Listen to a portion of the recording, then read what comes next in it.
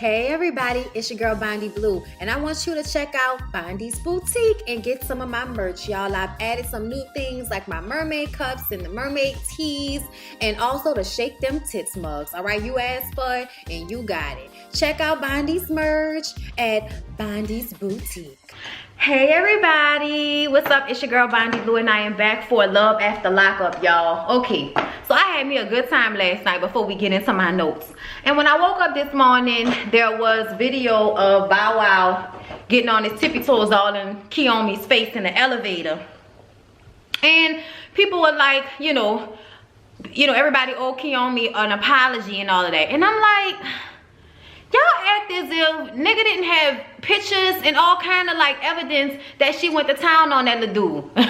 Okay, I said in the video that he very well could have put his hands on her. Okay, I'm not saying that, you know, Bow Wow is some innocent person in a situation. I said he was a little asshole. I said that he was aggravating. I said he was annoying and he was lame. But I also said that she was a fucking clout chaser. And I stand by that assessment of who she is because of all the things that she's done previous to this fight situation. And I don't think it's okay for anybody to put their hands on anybody. I was raised not to put my hands on a man if you don't want a man to hit your ass back. And here's my thing. If Bow Wow was this big old like abusive person, like people trying to make it seem, you know, I just wonder why she doesn't have any evidence on her body of that. That was my whole point. I'm looking at the actual physical evidence that was presented to us, all right? Now, at the end of the day, y'all, I don't give a fuck. That's why I turned the comments off. Because once I said what I said, that's it. I don't want to argue with nobody about it. I don't want nobody telling me what they think I said. I don't care. Like, I'm going to just be real with y'all. Like, I personally really don't give a fuck about what's going on with Bow Wow and Kiyomi. I give my opinion on things because I get paid to. I get paid to. Meanwhile, you arguing back and forth with me about some shit for free.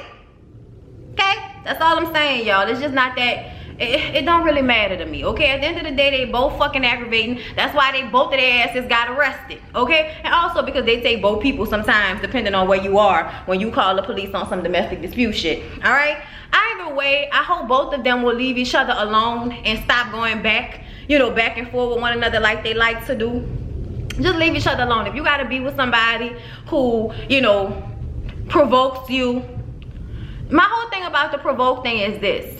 Y'all can't sit up there and say because he got in her face and grabbed his keys from her hand all aggressively, whatever, that was a provocation for what happened to him. Like a lot of you girls were in the comments, that's what he get and da-da-da-da-da. And my point still remains, if that was a reverse situation, a girl getting in her man's face, nigga, da-da-da-da-da-da-da-da, and then the next thing you see is she got bruises all on her, then y'all would be mad at the nigga. So I'm just confused as to why this double standard is so prevalent. Like, it's prevalent.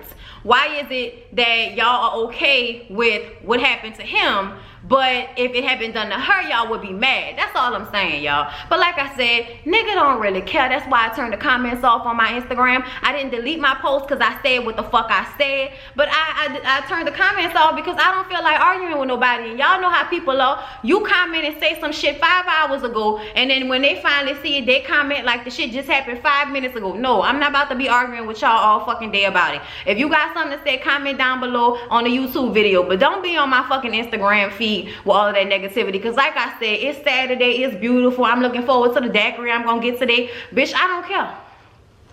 I don't care, because me and my husband don't have those problems. So you know, it is what it is. So now that I've talked about that for 4 minutes, okay, I'm sorry for the people that came just for Love After Lockup. I apologize if this annoyed y'all, but I had to get that off my chest because that's what's going on this afternoon. Okay, y'all, I'm sorry. I got so fucked up last night. Nigga was so drunk last night.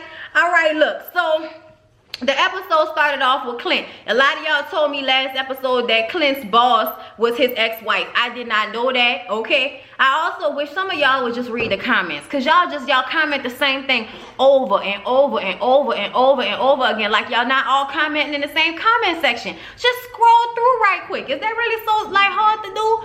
You know, like I'm just saying, people just love to hurry up and tell you when you're wrong about something. So excited to be right. You're right, okay? I didn't know. I'm so sorry. Can we live? All right. So Clint decides he needs to find Tracy because he believes that their relationship can work out. Hey, my dog's acting stupid. He believes that they can work this situation out. So they call county jail, and apparently Tracy got released. He goes to a lawyer and they call county jail and find out that Tracy got released, and it's been some hours since she got released and she still ain't called Clint. She ain't looking for him. She ain't trying to be with him. But he swear up and down that they love is real. I just really wish that Clint would move on, okay? So the lawyer brings up Clint being responsible for anything that she does because he's married to her. Because y'all know Clint don't want to annul the marriage, even though his mama and everybody keep asking him to just annul the damn marriage from this girl before you become even more responsible or liable financially for shit that she does. She's a crackhead, which means she gonna be out here thieving, stealing, okay, and running off with shit. And if they know y'all married because it's on, you know, national television and shit, then you could possibly be responsible financially, and you done already spent all your little money on the bitch. Okay, so Clint really needs to go ahead and divorce Tracy so he's not responsible for her. File a police report, say that she stole the car, because she did steal the car, Clint. That's the truth. She stole a car. It don't matter that you think she love you or that you love her. They want you. They keep trying to charge his credit card $21,000 for that rental car. I don't know why they thought he had $21,000 on that little credit card. I'm sure that was not his limit at all. I'm sure his limit might have been $810, but damn sure not no $21,000. You need to just go ahead and do what you need to do to protect yourself, Clint.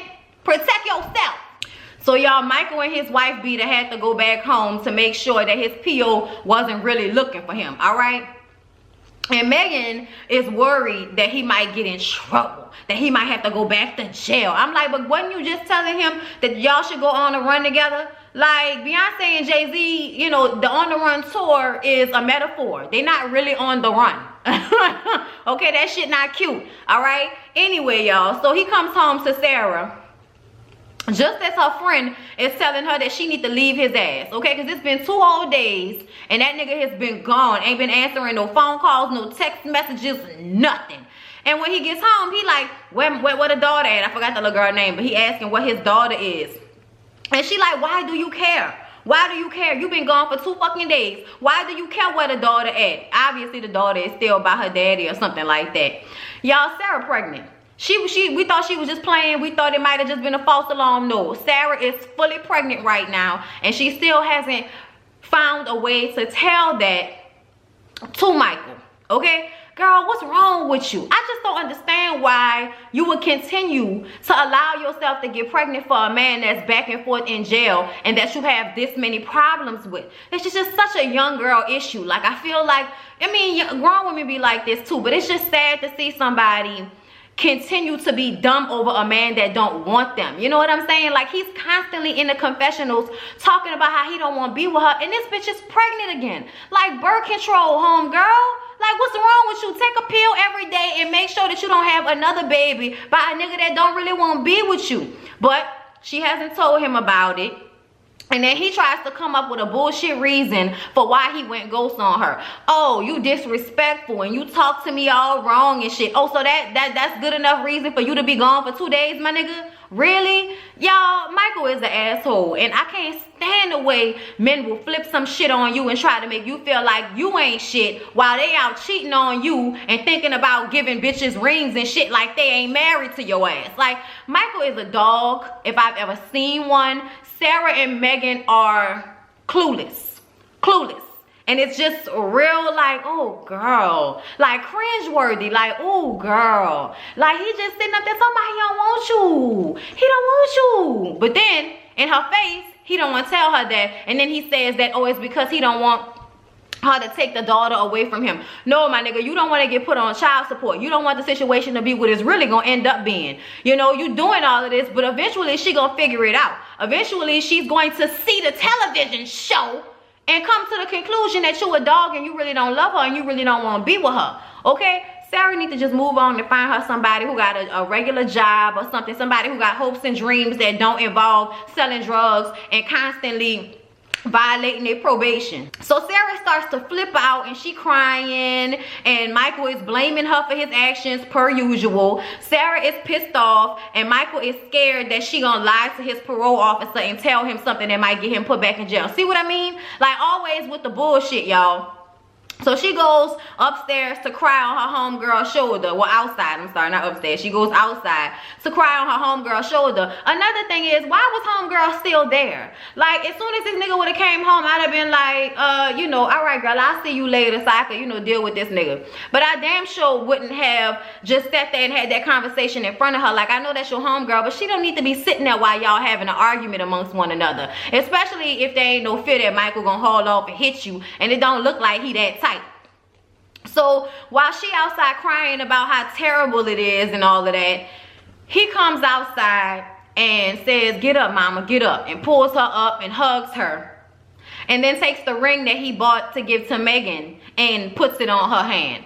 And she kisses him. And even though she crying and shit, it's obvious that she gonna get the dick and she gonna be fine tomorrow morning. Like, it's just obvious the cycle that happens between Sarah and Michael. He fuck over you, he fuck over your feelings, you cry, make him feel like shit slightly, and then he does some very small gesture to make you feel like he still love you, just enough for you to give up your body and give up your coochie, and just so y'all could be happy for 5 minutes. Did that nigga take a shower or anything? Because I feel like that nigga was still wearing the same wife beater the next day. Like, what's going on? Is it body odor, nigga? What's happening? Homegirl was pissed when she saw her kiss him. She was like, "Don't call me no more. Don't call me no more about him." She didn't say that, but that's what she was saying in the confessional. She was hot. Okay, she was just as red as that hair she had on her head. That's why I was like, homegirl should have went home. Okay, but that's, you know, always want to get your friends caught up in your drama and then want them to like your man after they done sat there and been a shoulder to cry on so many times. Like, no, stop putting everybody in your fucking business, Sarah. Either deal with Michael like a grown woman, leave him, or deal with the shit. But don't keep bringing your friend in it and expecting her not to have feelings. You know what I'm saying? Because I feel like eventually homegirl gonna be like, "Sarah, I don't want to hear this shit no more," and Sarah gonna get mad about it. So the next day they go to the park with their daughter. They had sex the night before, like I said, obviously. Michael doesn't know what's going to happen. He said they taking it day by day. Meanwhile, Megan is on her way back home. Megan is worried and frustrated about what could possibly be going on with Michael and his PO, because she hasn't talked to him since he left. And that's what he does. He gets ghosts in more than one way. Nigga don't just not be there. He not talking, he not answering text messages and phone calls neither. So now she doesn't know what's going on, but she's tired of every time she comes to see him, it ended in her feeling like shit. And that's because he ain't shit. That's why. That's why. He don't really love you, girl. He don't know what love is, okay? Like, Michael is obviously somebody that don't know nothing about what a real relationship consists of, because if he did, he would not treat Sarah the way he does, okay? As far as I'm concerned, everybody dumb. Everybody. So, y'all, let's move over to Caitlyn. So Caitlyn goes to view an apartment because she really wants to get out of Matt's mom's house, okay? And Matt isn't there, but he eventually shows up after his homeboy drop him off. And he, you know, looks around the apartment and he just feels overwhelmed by the situation. You know, he keeps saying, "I just got out of jail." Like, that's an excuse to not do something with your fucking life. He would much rather stay living in his mama house, having her do everything for him. That's what he would prefer. I really don't understand Caitlyn, y'all. I feel like Caitlyn really needs to do herself a favor, get some therapy to deal with her mommy issues, and move the fuck on. You didn't quit your job and move into this nigga mama house, and he don't even want to move y'all into a apartment. He don't want to do nothing. He don't want to do nothing. I bet you if she went ahead and got that apartment on her own with her own money, he would then be coming and staying with her ever so often. But he really don't want to actually work with her to create a family and have, you know, some type of security. That's not what Matt is about. And the fact that she keeps trying to make that happen with him, ignoring all the signs, ignoring him telling her he don't want to do that, like, it's exhausting to watch. Caitlyn is exhausting as fuck to even like watch her on screen, because she like a little, you know, a little hurt baby bird or some shit like that when she always expecting something from him that he cannot give her. I don't know what type of game Matt was talking to her over the phone when he was in prison, but she really needs to accept the fact that he is not the man she thought he was. He's not going to be the man you want him to be, and you just need to go back to your life, wherever it was. Try to get your job back, get your own place, and be a woman on your own. If you want to have children, bitch, get your life together and adopt or something, or find you another man to impregnate you. Apparently it ain't that fucking hard. It don't seem like it's that hard for you women. Y'all go out here somewhere, fuck some dude on the one night stand with no condom, boom, bow, pow, you got a baby. But you want a family unit, but you don't realize that Matt ain't the nigga for that. He ain't. He wasn't that before he got with you, and he ain't gonna be that now. Just the fact that he couldn't even take a job that was basically being handed to him because he didn't want to get his fucking clothes dirty. Do you see how immature and ridiculous that is? Caitlin, please move on, girl. Please do us a favor and move on, girl. Y'all, didn't I tell y'all that Brittany ain't shit last review? I told y'all Brittany ain't shit. So this episode, Brittany orchestrates a meeting between her, Marcelino, and Amanda. Amanda did not know that Marcelino was going to be there. Marcelino is just sitting there trying to be calm and be supportive of Brittany. I don't know what he see in her meth teeth. I don't know. But I feel like he is somewhat turned on by the idea of having a threesome, you know, just like any nigga. But at the same time, realizing that it's not about a threesome. That girl does not want to have a threesome with you and Brittany. That girl wants Brittany to herself. And Brittany is playing with Amanda's feelings. She's playing with Marcelino's feelings. She wants to have her cake and eat it too, okay? So Brittany is trying to prove that she and Amanda can just be friends, okay? And I don't know how she thinks she proving that with this meeting. All of that rubbing on that girl and complimenting, and then eventually making out with the girl in front of Marcelino, and he just sitting there looking like I don't know whether we gonna fuck or I'm mad. I don't know which one to be. Y'all, look. Okay? Brittany is feeding Amanda food. Amanda is calling Brittany her girlfriend. Then they discuss how they had other relationships while they were in prison. So, you know, trying to say, oh, well, you was with this one, or well, you was with that. When y'all was in prison, okay? Like, don't nobody care about what relationships y'all had in prison. Those relationships are relationships of circumstance. You in a certain situation, you need some type of love and affection to help you get through. So you latch on to whoever you latch on to, but that doesn't mean that that relationship is built off of anything real, okay? As far as I'm concerned. Obviously, since y'all couldn't even be faithful to one another when y'all was in prison. So Marcelino says that Brittany is his and Amanda cannot offer her what he can. And Amanda says, and you can't offer her what I can. Yeah, vagina, bitch, because you just got out of jail too. Marcelino looked like he got a little money saved up, got a car, got somewhere to stay. When he mean he got something to offer her, it's not just dick, it's a life. Okay, that's what he mean. You just got out of jail. What you gonna offer her? What you gonna offer her besides your kitty to click on? So Amanda and Brittany go outside to smoke a cigarette, leaving Marcelino inside. And Amanda says she doesn't even like dick, talking about Brittany. You don't even like dick. So what is this? Like, what are you doing with him and all of this?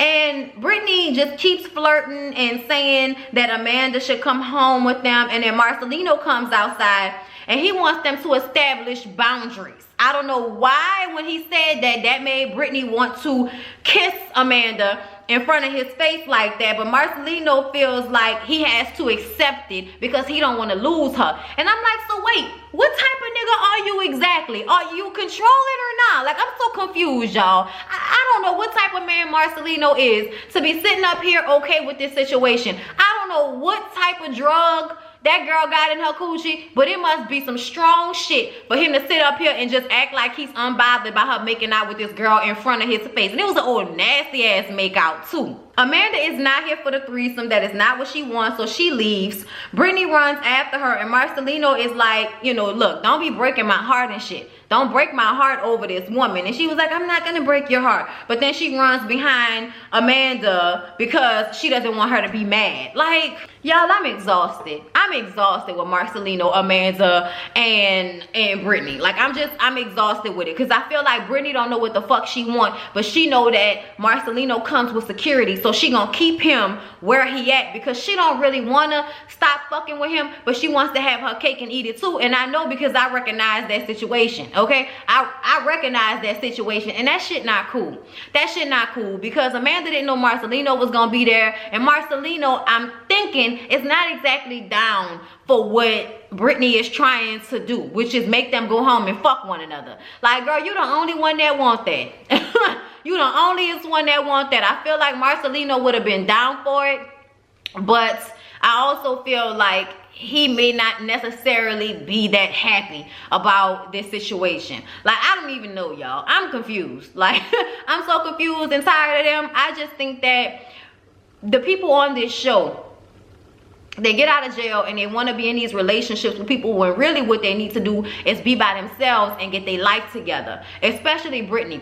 Brittany should have been trying to get her life together, should have been trying to, you know, get a job and just be used to being free instead of trying to lock herself down to Marcelino when that's obviously not what she wants. But she's trying to take advantage of the fact that he offers her security.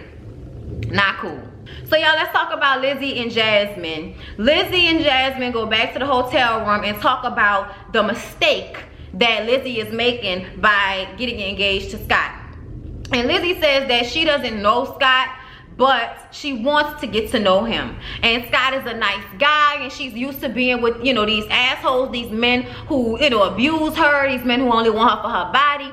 And here is Scott being this really great guy to her and loving her, and she just really wants to give it a shot. Jasmine is pissed off because Jasmine feels like she's supposed to be having time with her daughter. You done been in jail all of this time and I haven't had a mom, and now as soon as you get out of jail, you're trying to cling to this man instead of being a mother, instead of being in my life the way I want you to.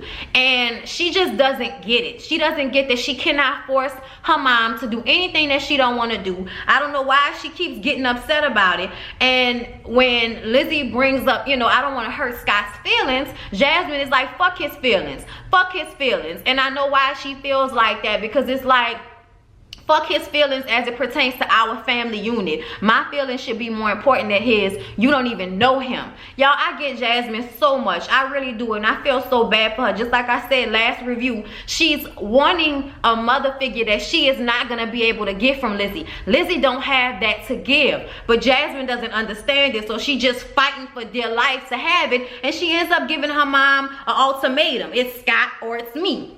And so then Lizzie calls the ring that Scott gave her a promise ring. Girl, that is not no fucking promise ring. But she says she doesn't want to hurt him. And then we see Scott's son leaving to go back home to California. And Scott is trying to decide what color ribbon he gonna put on the brand new car he just bought for Lizzie. I'm like, this nigga ain't gonna be happy until he ain't got no money left fucking around with this woman. Okay? His son asked him where the money came from. And, you know, he's like, don't worry about it, I got it. He's basically racking up debt, credit card debt, loan debt, trying to make Lizzie happy.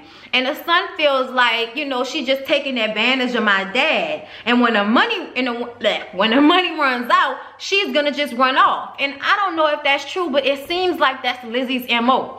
To use a man for his money, and then when the money has ran out and she has no use for him, she goes on to the next one instead of doing what she should be doing, which is trying to find somewhere to live, getting a fucking job, and trying to recreate some semblance of a mother-daughter relationship with her child who is begging her for love and attention, but she's too busy worrying about this man's feelings to even really understand the scope of her daughter's devastation. Like, you can see it all on her daughter's face.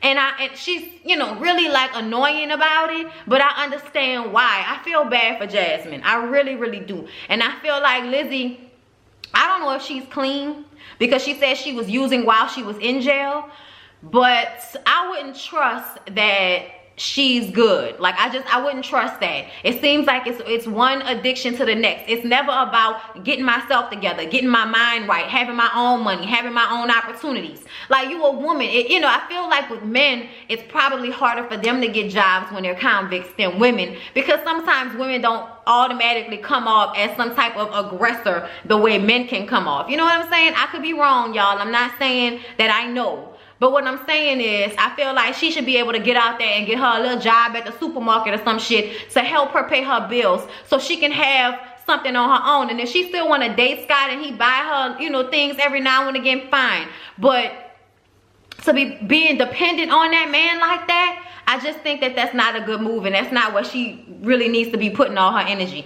Her energy needs to be in herself and getting her life right.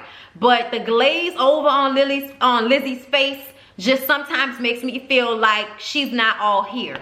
For real. Like, I don't know, y'all. Anyway, that was Love After Lockup. I hope y'all enjoyed the review. I'm a little tired today and slightly hungover, so I hope that I still was able to entertain y'all. Please don't forget to like, comment, and subscribe to my channel if you have not already. I love y'all, and I will see y'all either tonight or tomorrow for Love and Marriage.